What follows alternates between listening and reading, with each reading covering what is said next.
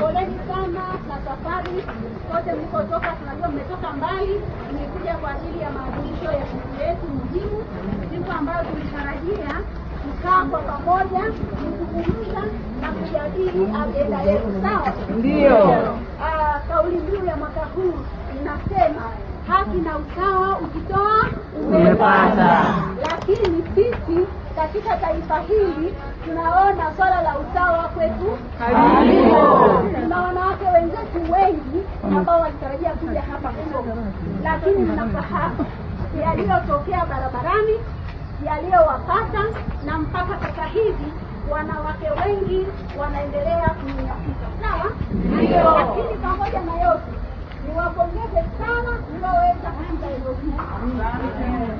Ukumbi wetu ambao tunakwenda kufanya tukio huko hapa nyuma hapa, lakini wale ambao mmefanikiwa kwenda pamezingirwa na askari, kwa sababu kuna maelekezo kwamba sisi haturuhusiwi kuadhimisha siku ya mwanamke duniani.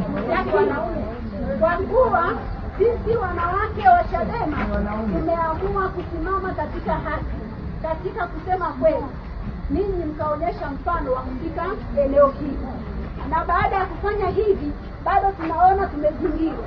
Hakuna uhuru wa kufanya au wa kusimama katika jamii kama mwanamke wa Tanzania. Ni kwa masikitiko makubwa, siku ya leo ilipaswa iwe ni siku ya kusherekea mafanikio ya mwanamke katika taifa na kujadili changamoto tulizokutana nazo na kukubaliana tuendeje mbele, na hii ipo kimataifa. Lakini Tanzania ambayo ni sehemu ya mwanachama wa UN imekubali na kuonyesha kwamba